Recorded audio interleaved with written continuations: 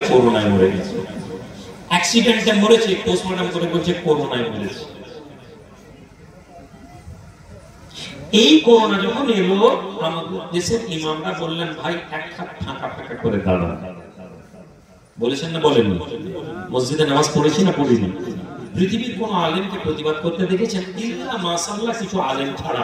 আমি কয়েকজন আলেমকে চিনি, আর তাকে আমিও এর বিরোধিতা করেছি, কিন্তু আমি পারিনি সমাজের সাথে লড়াই করতে। আমিও দুর্বল মানুষ। ইল্লা মাশাআল্লাহ কিছু আলেম আমার নজরে আমভাবে কোন আলেম পড়েনি, বরং আমার নজরে সমস্ত আলেমেরা এটাকে মেনে নিয়েছেন। মক্কা থেকে আরম্ভ করে, আরব থেকে আরম্ভ করে আপনার আজমের জমিন পর্যন্ত প্রত্যেক দেশের আলেম, মুফতি, মাওলানা সবাই হচ্ছে ফাঁকা ফাঁকা হয়ে দাঁড়ান। ফাঁকা ফাঁকা হয়ে নামাজ হবে না এটাই আমরা জানি, কিন্তু হয়েছে কি দলিল দিল? উম্মাত ইজতেমাই এটাকে মেনে নিয়েছে, উম্মাত ফয়সালা করেছে। উম্মাত নামাজের বিধানকে বদলে দিল। কিসের জন্য? একটা রোগ হবে এবং গ্যারান্টি নেই যে ওই রোগ থেকে সে বাঁচবে, তারপরে বললো জান বাঁচানো ফরজ, এই কথা বলে উম্মত করলো। আমরা সবাই মেনে নিলাম। ওখানে আর বেরেলি, ওখানে তবলিগ, ওখানে ফুরফুরা, ওখানে আহলে হাদিস, ওখানে জামাত ইসলামী, ওখানে তবলিগ জামাত কেউ নেই, সব করছে হ্যাঁ ভাই। ওখানে উম্মতের এক রায় হয়ে গেল। এখানে নবীর জন্মদিন পালন করব, আমার পক্ষে অনেক কথা আছে, কিন্তু আমি বলছি না, এটা পালন করা যাবে না। আমি পালন করি।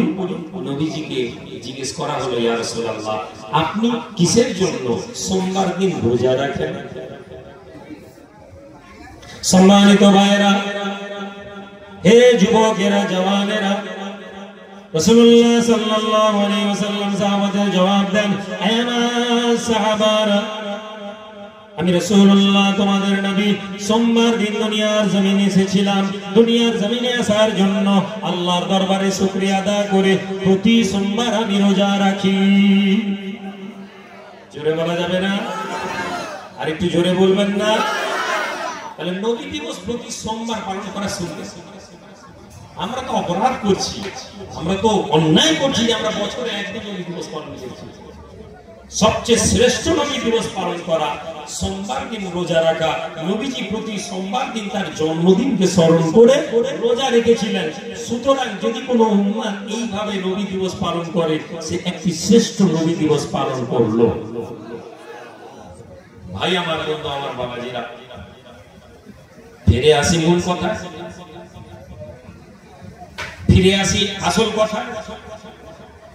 নবী দিবস আমরা পালন করলাম, নবীজি জন্ম দিবস পালন করেছেন, নবীজি বলছেন আমি শুকরিয়া আদা করি। তাহলে জন্মদিনকে স্মরণ করা কোনো পাপ না, অপরাধ না, এটা প্রমাণিত হলো।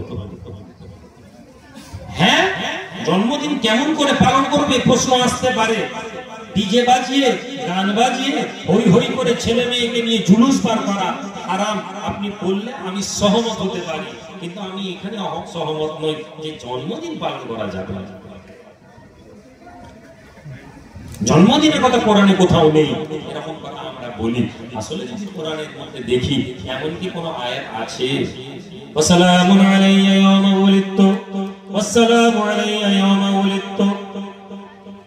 আল্লাহর কোরআন যদি খুলে দেখি, আমি বলতে লাগলাম না না, জন্মদিনের কোনো কথা কোরআনের মধ্যে নেই, কোরআনে কথা বলেনি। কিন্তু কোরআন যদি খুলে দেখি, আল্লাহর কোরআন বলে, Peace be upon me, peace be upon me, the day I was born. ওই দিন আমার উপরে শান্তি বর্ষিত হোক যেদিন আমি জন্মগ্রহণ করেছিলাম। জোরে বলা যাবে না? জোরে বলা যাবে না? আপনি আমার বিরোধিতা করুন, আমি কোরআনের কথা বলছি। আপনি প্রথমে স্বীকার করে নিন যে হ্যাঁ এই আয়াতটা আছে না নেই।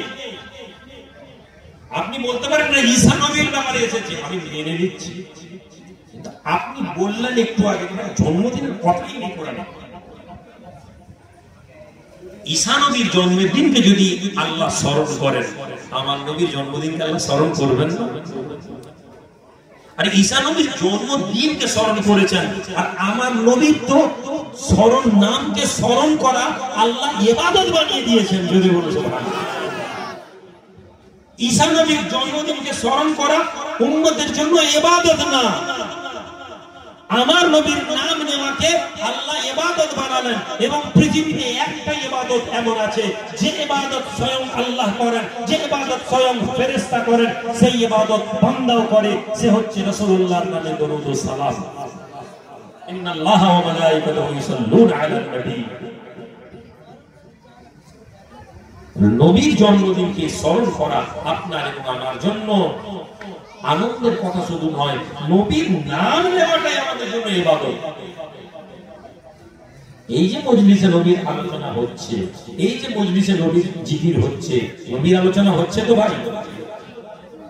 আমি তো আল্লাহর কথা, নামাজের কথা, রোজার কথা বলছি না, শুধু নবীর কথা বলে যাচ্ছি। ঠিক হবে কথা বলা?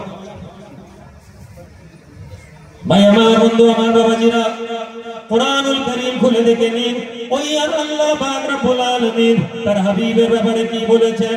যে মজলিসে রাসূলুল্লাহর আলোচনা হয়, কেবলমাত্র নবীর আলোচনা হয়, কেবলমাত্র হাবিবের আলোচনা হয়, আর আল্লাহ পাক ওই কোরআনের মধ্যে বলেন ওয়া রাফা'না লাকা যিকরাক। হে নবী, যে মজলিসে আপনার আলোচনা করা হয়, ওই মাহফিলকে, ওই মজলিসকে, ওই জায়গাকে আমি আল্লাহ উচ্চ আসন দান করেছি। জোরে বলা যাবে না? ওয়া রাফা'না লাকা যিকরাক। আল্লাহু আকবার, আল্লাহু আকবার, আল্লাহু আকবার। ওয়া রাফা'না লাকা যিকরাক।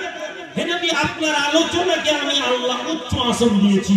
একজন মাওলানা সারা দিন বসে নামাজের জিকির করছে, একজন মাওলানা সারা দিন বসে হজের জিকির করছে, একজন মাওলানা সারা দিন বসে যাকাতের আলোচনা করছে, একজন মাওলানা সারা দিন বসে তাসবিহর কথা বলছে, একজন মাওলানা সারা দিন বসে বসে ইল্লাল্লাহ জিকিরের কথা বলছে, একজন মাওলানা সারা দিন বসে বসে আলোচনা করছে দান করার ফজিলত কি।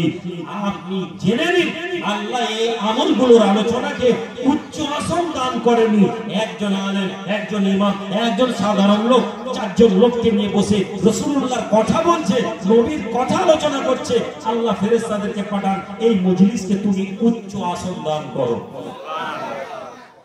শুধু নয়, কোরআনে বলছেন ওয়া রাফা'না লাকা যিকরাক। রাফা ইয়ারফাউ, উঠানা, উঠিয়ে দেওয়া, তুলে দেওয়া, সম্মান।